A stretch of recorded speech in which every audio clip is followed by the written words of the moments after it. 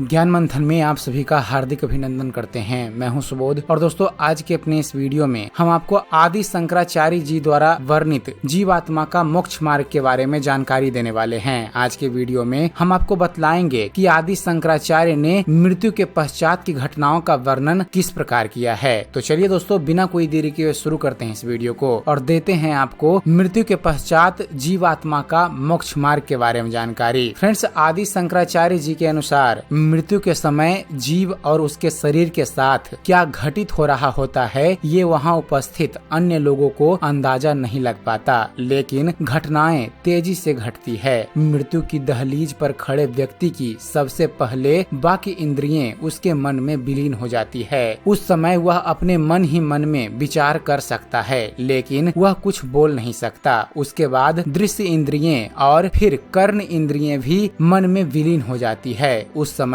वह न देख पाता है, न सुन पाता है और न ही बोल पाता है। उसके बाद मन इन इंद्रियों के साथ प्राण के अंदर विलीन हो जाता है। उस समय सोचने समझने की क्षमता भी जीव की समाप्त हो जाती है, केवल उसकी श्वास प्रश्वास चलती रहती है। इसके बाद सबके साथ प्राण जीव के सूक्ष्म शरीर के भीतर प्रस्थान करता है। फिर जीव सूक्ष्म रूप से पृथ्वी, जल, अग्नि, वायु और आकाश अर्थात यानी पंच तत्वों का आश्रय लेकर हृदय देश से निकलने वाली 101 नाड़ियों में से किसी एक में प्रवेश करती है। दोस्तों, मनुष्य शरीर में हृदय से कुल 101 नाड़ियां निकलती हैं। मौत के समय जीव इन्हीं में से किसी एक नाड़ी में प्रवेश करके देह त्याग करता है। मोक्ष प्राप्त करने वाला जीव जिस नाड़ी में प्रवेश करता है वह नाड़ी हृदय से मस्तिष्क तक फैली हुई है। फ्रेंड्स, आदि शंकराचार्य जी के अनुसार जो जीव मृत्यु के समय आवागमन के बंधन से मुक्त नहीं हो रहे होते वे जीव किसी दूसरी नाड़ी में प्रवेश करते हैं। जीव जब तक नाड़ी में प्रवेश नहीं करता तब तक ज्ञानी और मूर्ख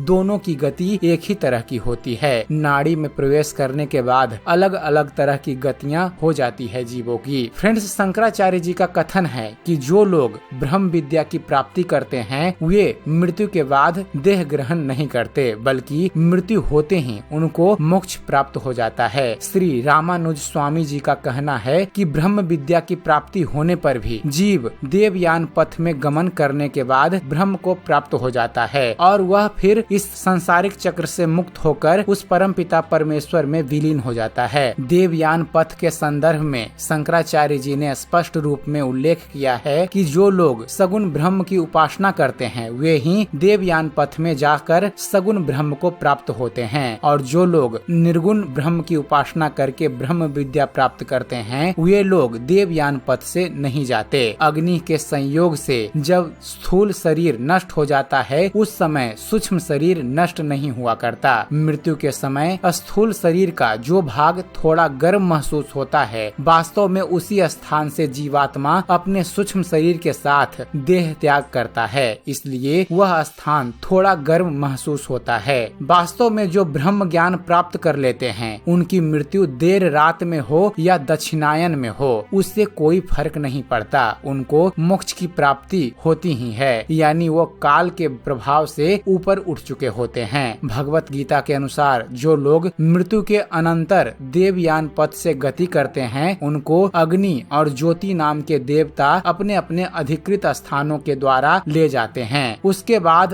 अह अथवा दिवस के अभिमानी देवता ले जाते हैं। उसके बाद शुक्ल पक्ष के देवता तथा उत्तरायण के देवता ले जाते हैं। थोड़ा स्पष्ट शब्दों में कहें तो देवयान पथ में सबसे पहले अग्नि देवता का अधिकृत देश आता है, फिर दिवस देवता, फिर शुक्ल पक्ष, फिर उत्तरायण, फिर वत्सर, फिर वायु और फिर आदित्य देवता का देश आता है। देवयान मार्ग इन सब देवताओं के अधिकृत देशों से होकर गुजरता है। उसके बाद चंद्र, विद्युत, वरुण, इंद्र, प्रजापति तथा ब्रह्मा क्रमशः इनके देश पड़ते हैं। जो ईश्वर की पूजा पाठ करते हैं उनकी भक्ति करते हैं वे इस मार्ग से जाते हैं। उनका फिर कभी पुनर्जन्म नहीं होता, वो अपने अभिष्ट के अविनाशी धाम जाते हैं। आदि शंकराचार्य जी आगे कहते हैं कि जो लोग ईश्वर की पूजा पाठ नहीं करते उनमें भक्ति नहीं रखते लेकिन परोपकारी कार्य जैसे दान आदि पुण्य कर्म करते हैं वे मृत्यु के बाद देवयान मार्ग से नहीं जाते बल्कि पितृयान मार्ग से जाते हैं और उच्च लोकों में जन्म लेकर वहाँ का ऐश्वर्य सुख भोगते हैं। लेकिन लेकिन उनका पुनर्जन्म होता है। पितृयान मार्ग से भी चंद्रलोक जाना पड़ता है, लेकिन वो रास्ता थोड़ा अलग होता है। उस पथ पर धूम, रात्रि, कृष्ण पक्ष, दक्षिणायन आदि देवताओं के अधिकृत देश पड़ते हैं, अर्थात ये सब देवता उस जीव को अपने अधिकृत स्थान के मध्य से ले जाते हैं। चंद्रलोक कभी तो बहुत गर्म रहता है और कभी अतिरिक्त शीतल हो जाता है। वहाँ अपने स्थूल शरीर के साथ कोई मनुष्य नहीं रह सकता, लेकिन अपने सूक्ष्म शरीर के साथ अर्थात जो मृत्यु के बाद शरीर मिलता है वह वहाँ चंद्रलोक में रह सकता है। आदि शंकराचार्य जी आगे कहते हैं कि जो ईश्वर की पूजा नहीं करते, परोपकार नहीं करते, जो केवल इंद्रिय सुख भोग में ही अपना पूरा जीवन व्यतीत करते हैं, वे लोग मृत्यु के बाद ना तो देवयान पथ से जाते हैं और ना ही पितृयान पथ से, बल्कि वे कीट पतंग या पशु योनि अर्थात जैसी उनकी आसक्ति या वासना हो उसी में बार बार जन्म लेते हैं और यही मरते हैं। जो लोग अत्यधिक पाप करते हैं, निरीह और असहायों को सताने में जिन्हें आनंद आता है, ऐसे नराधमों की गति मृत्यु के बाद निम्न लोकों यानी नरक में होती है। वहाँ ये जिस स्तर का कष्ट दूसरों को दिए होते हैं उसका 10 गुना कष्ट वे वहाँ पाते हैं। विभिन्न प्रकार के नरकों का वर्णन भारतीय पौराणिक ग्रंथों में किया गया है। इनका संक्षिप्त वर्णन रहस्यमयी लेखों के जरिए आदि शंकराचार्य जी ने भी किया है। यद्यपि